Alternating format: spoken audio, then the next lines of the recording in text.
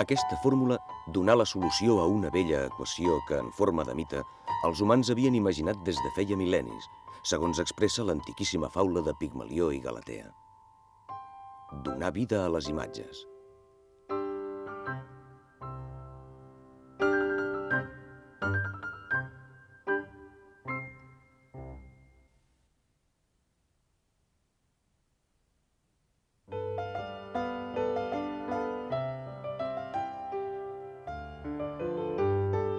La projecció lluminosa de la llanterna màgica, la invenció de la fotografia i els estudis sobre el comportament de l'ull humà davant la imatge obriren les portes cap a l'obtenció definitiva d'imatges en moviment.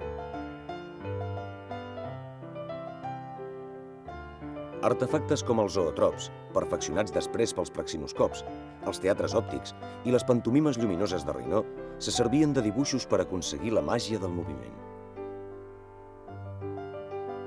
Mancava, però, la fotografia instantània, aconseguida, entre altres, pel doctor català Jaume Ferran i Clua, i l'emulsió patentada per Eastman, que van fer possible reduir sensiblement el temps d'exposició.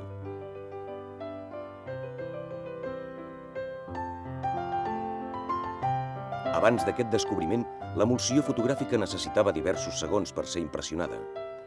A mesura que es redueix el temps d'exposició, es poden captar els diferents instants d'una realitat viva.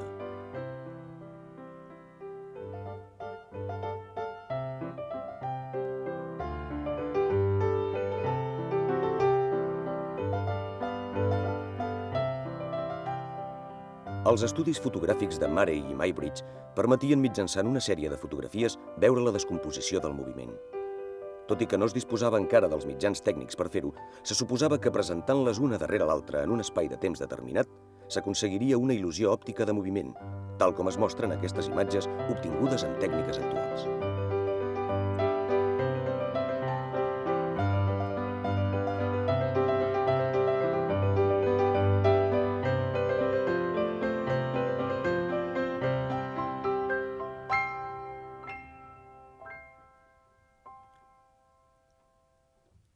Thomas Alva Edison participà també en l'obtenció d'imatges en moviment. Dickson, un empleat seu, aconseguia el 1894 amb el kinetòscop i el kinetògraf les fotografies en moviment que es podien veure per una moneda als locals anomenats Nickelodeon. L'aportació més important d'Edison en col·laboració amb Eastman va ser, però, la pel·lícula de 35 mil·límetres d'amplada amb perforacions a les bandes, tal com la coneixem avui dia.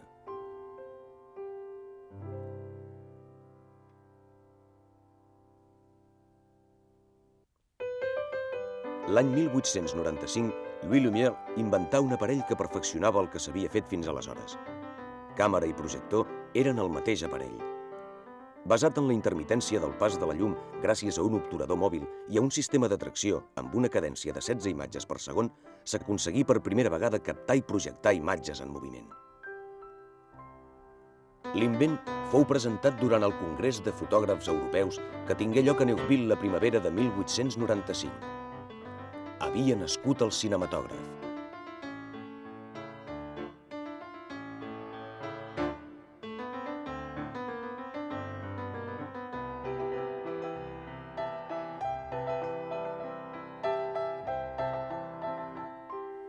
Bé, a ningú li escapa que, en realitat, el cinema, le cinematographe, Lumière, és un aspecte d'una realitat que era vàlida per qualsevol país desenvolupat occidental. Efectivament, era igual a Europa que a Amèrica.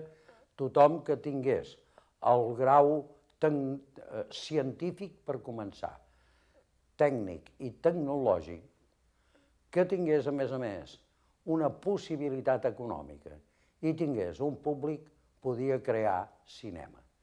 I així ens trobem que són més de 100 els inventors del cinema entre 1890 i 1900.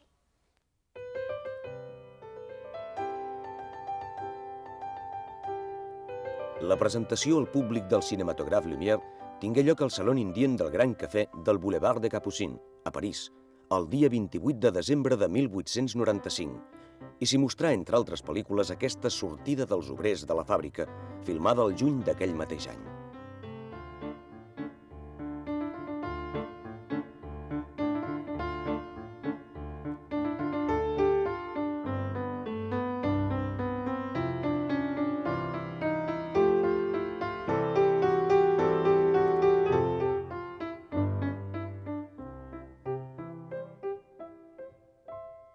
La síntesi espai-temps, la llum, la fotografia, havien deixat el camí planer i quan els Lumière comencen a treballar ho fan sobre unes bases ben certes. No tenen dubtes en aquest sentit, però hi ha un dubte que es produeix, que és per què servirà aquest aparell.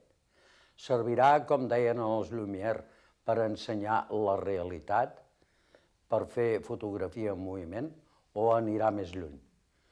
I el que ens interessa a nosaltres, a 100 anys vista, és que va anar bastant més lluny.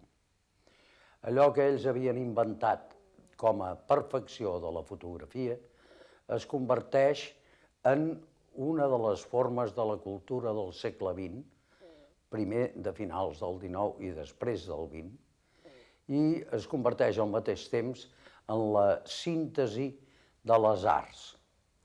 Això ha portat moltes discussions d'alt nivell científic, però la gent el que sap és que va al cine. Els primers que van anar al cinema van trobar-se amb sorpreses.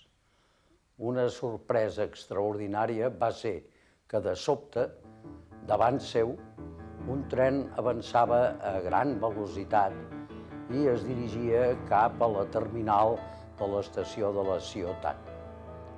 El públic reaccionava veient que l'aparell mecànic, que era la locomotora, es precipitava sobre seu.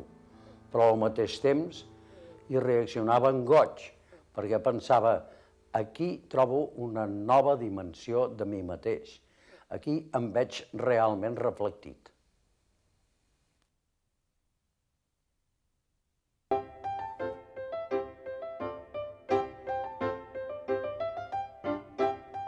Amb la pel·lícula El regador regat, del mateix any 1895, Louis Lumière presentà el primer film d'argument de la història del cinema, gènere que ràpidament s'estengué a Gran Bretanya i als Estats Units d'Amèrica. El seu invent i la seva obra havien despertat ja l'interès tant dels espectadors de les barraques de fira on provisionalment s'instal·là el cinematògraf com dels homes de negoci de l'època.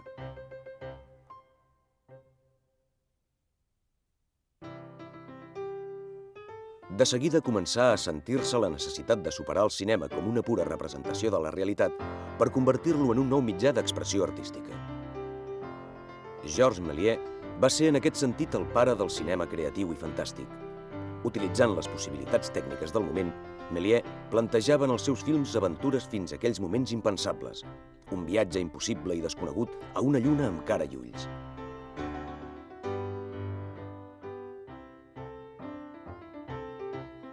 El cinema comença a demostrar en les seves encara curtes passes unes capacitats de desenvolupament i creixement insospitades que li faran merèixer el qualificatiu de setè art.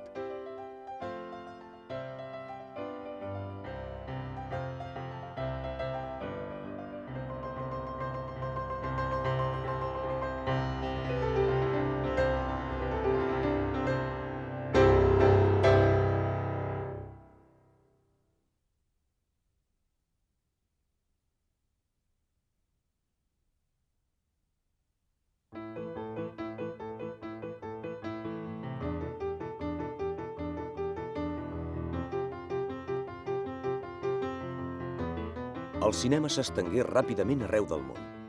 Els operadors s'afanyaven a filmar imatges i les projectaven a un públic entusiasmat que veia com una nova finestra a l'univers s'obria davant dels seus ulls. El 10 de desembre de 1896, le cinématographe Lumière arriba a Barcelona, de mans de Monsieur Villemagne, arrendatari dels inventors, que s'instal·là al local del fotògraf Napoleon a la Rambla de la ciutat. Pel setembre del mateix any, un altre arrendatari, Charles Call, l'havia presentat a València. Pavellons, barracons i sales estables anaren sorgint als nuclis centrals de les ciutats i tant proliferaren que abans de finir el segle eren més de 30 a Barcelona i no menys de 5 a València, a part dels transhumants que portaven la nova llum arreu de les terres de parla catalana.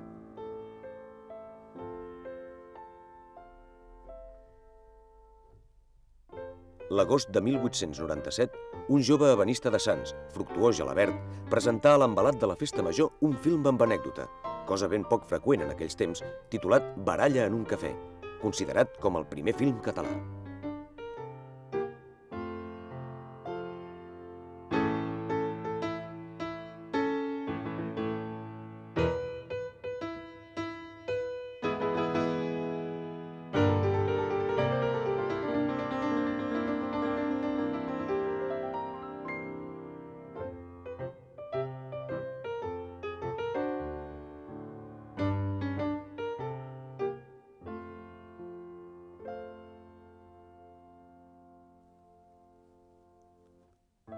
Una generació de pioners com Àngel Garcia Cardona i Antoni Cuesta a València, Fructuós Gelabert, Ricard de Baños i Baltasar Abadal a Barcelona es van iniciar en el cinema fonamentalment amb reportatges d'actualitat, com aquesta Processó de Sants, filmada l'any 1902 per Gelabert.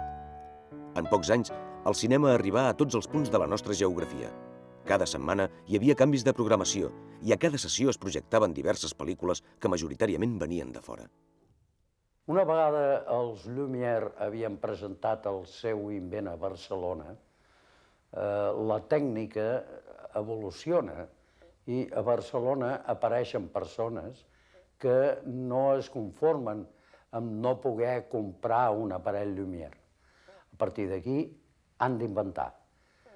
I m'agradaria molt investigar, encara no ho sabem, qui va ser el primer, si el senyor Tramulles, que treballava pels germans Napoleon, o el Fructuós Gelabert.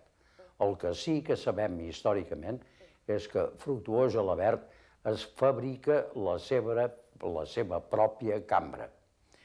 Aquesta cambra cinematogràfica li permetrà una actuació normal dins de l'època a qualsevol país d'Europa.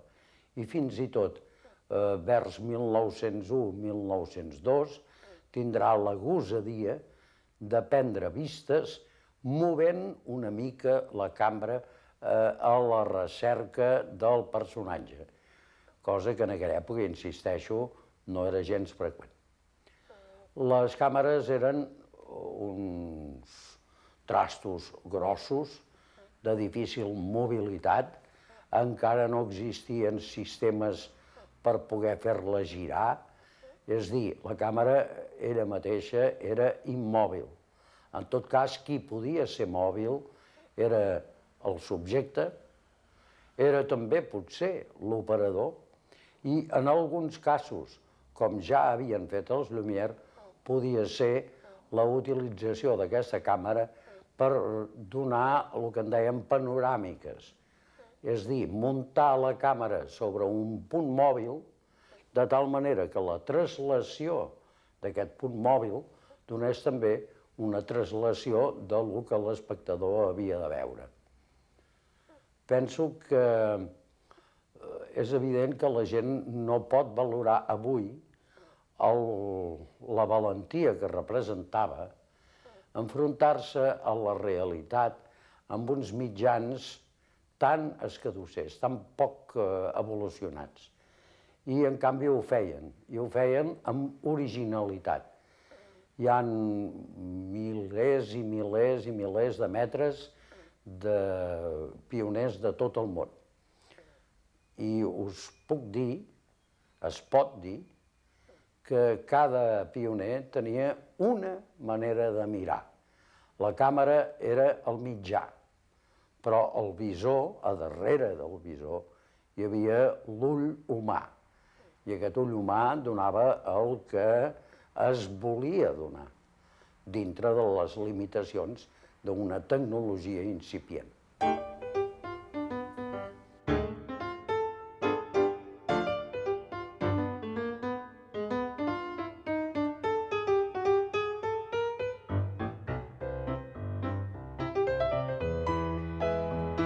La descoberta dels trucatges va permetre una nova manera de mirar. La realitat no únicament podia ser mostrada, sinó que també podia ser forçada o inventada. Amb la pel·lícula L'Hotel Elèctric, realitzada per Segundo de Chomón, d'origen aragonès, però que residia a Barcelona durant aquests anys, s'introdueix el cinema fantàstic a casa nostra. 90 anys després de la seva realització, es pot considerar com un dels films més destacats del cinema mundial d'aquella època.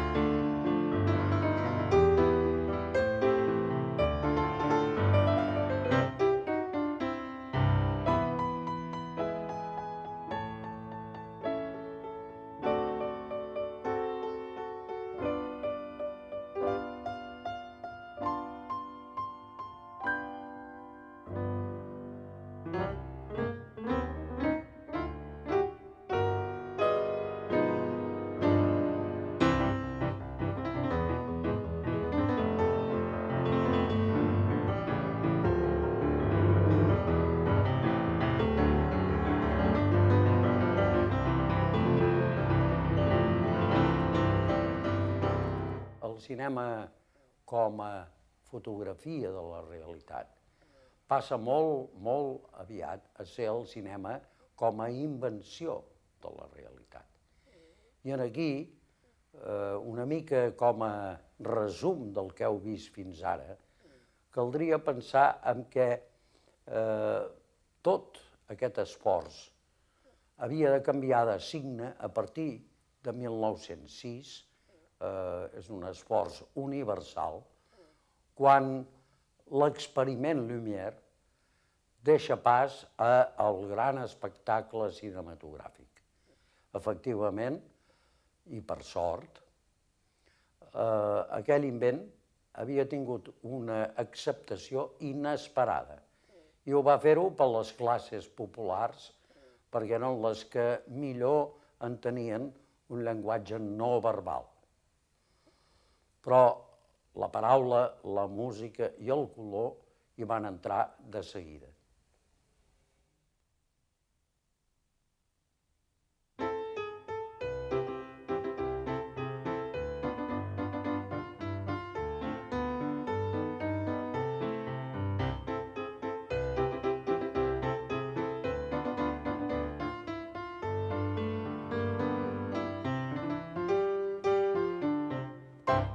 Benvinguts, senyores i senyors. Des d'aquí veig algunes cares noves i d'altres que no ho són tant.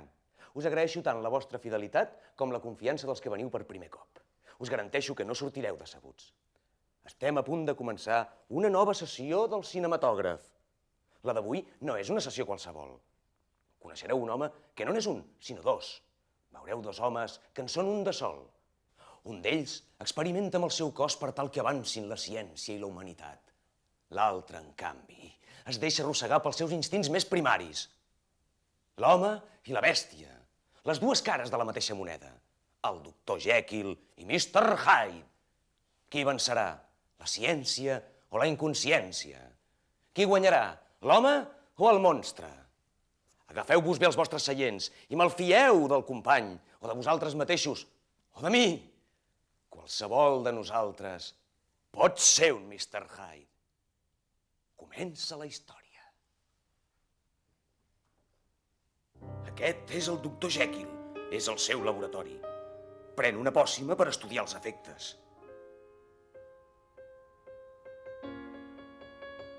El seu cos rep una convulsió. S'ha transformat en un altre ésser, Mr. Hyde. El seu cos és diferent. Les seves mans són les d'un monstre.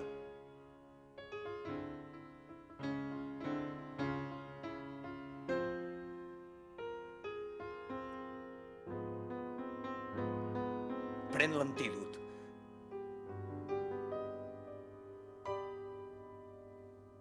Torna a ser ell? S'examina.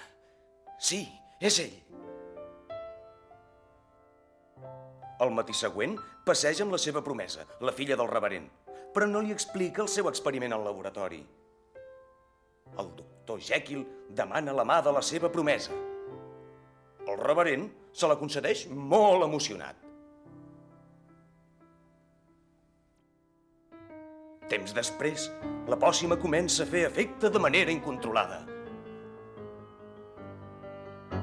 De nou, Mr. Hyde. Empès pels més baixos instints, decideix sortir al carrer.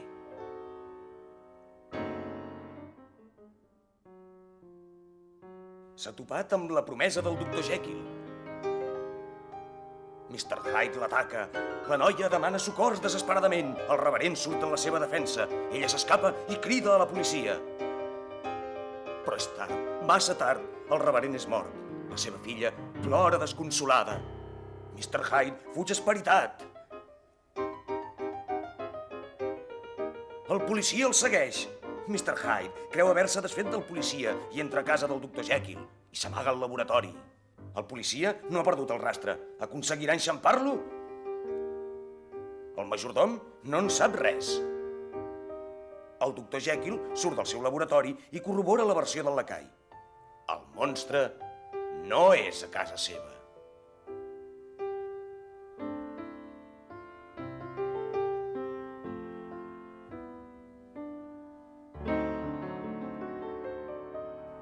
però el malson continua. La pòssima torna a fer efecte. Maleïda pòssima. Mr. Hyde gruny i escridassa per tot el laboratori. La ràbia se'l menja. El monstre és al laboratori, crida el majordom. Mr. Hyde està decidit a trencar-ho tot. I ho trenca tot. Tots contra el monstre.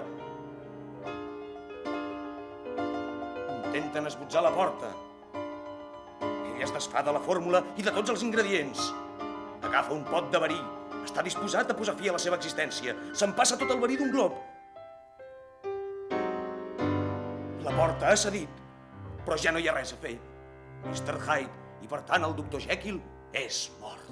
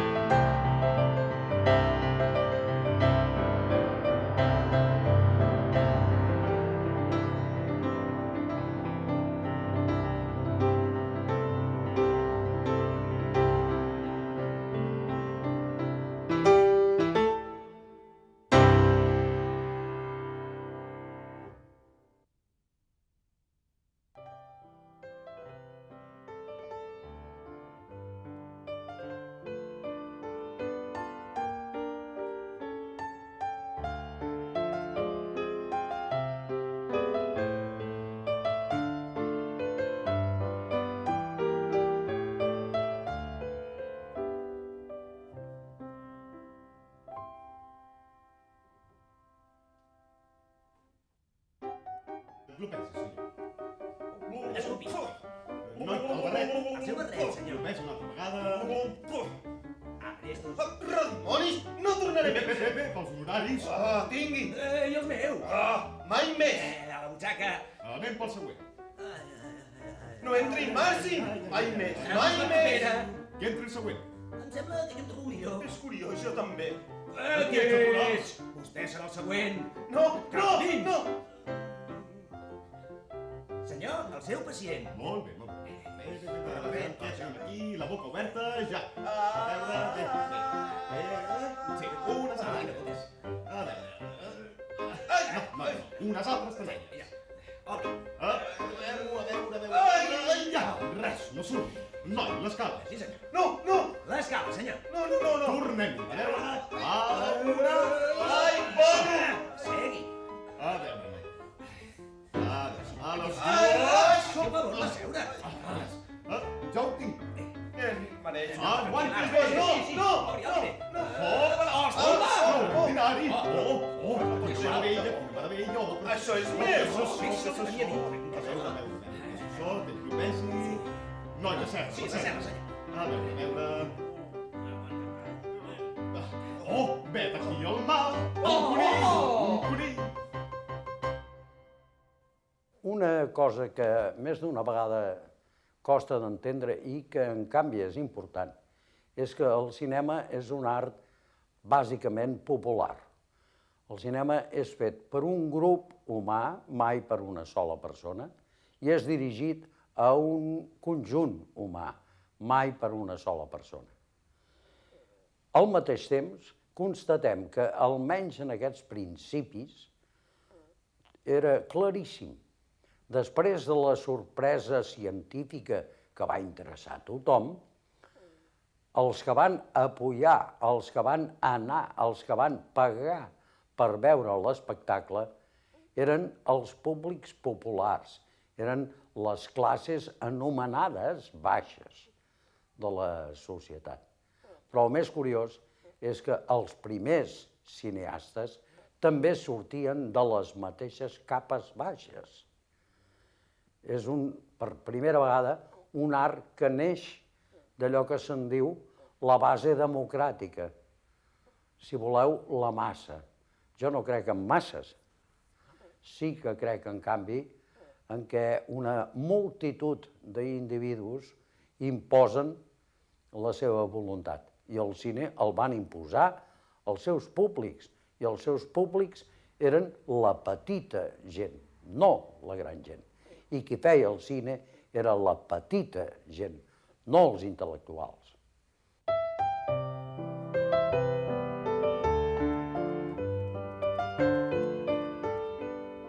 En 10 anys, el cinema es va consolidar com l'espectacle preferit per les masses populars. A partir de 1906 comença una nova etapa, la de l'expansió industrial. No en va, Edison va sentenciar: qui controli la indústria cinematogràfica controlarà el mitjà més potent d'influència sobre el públic.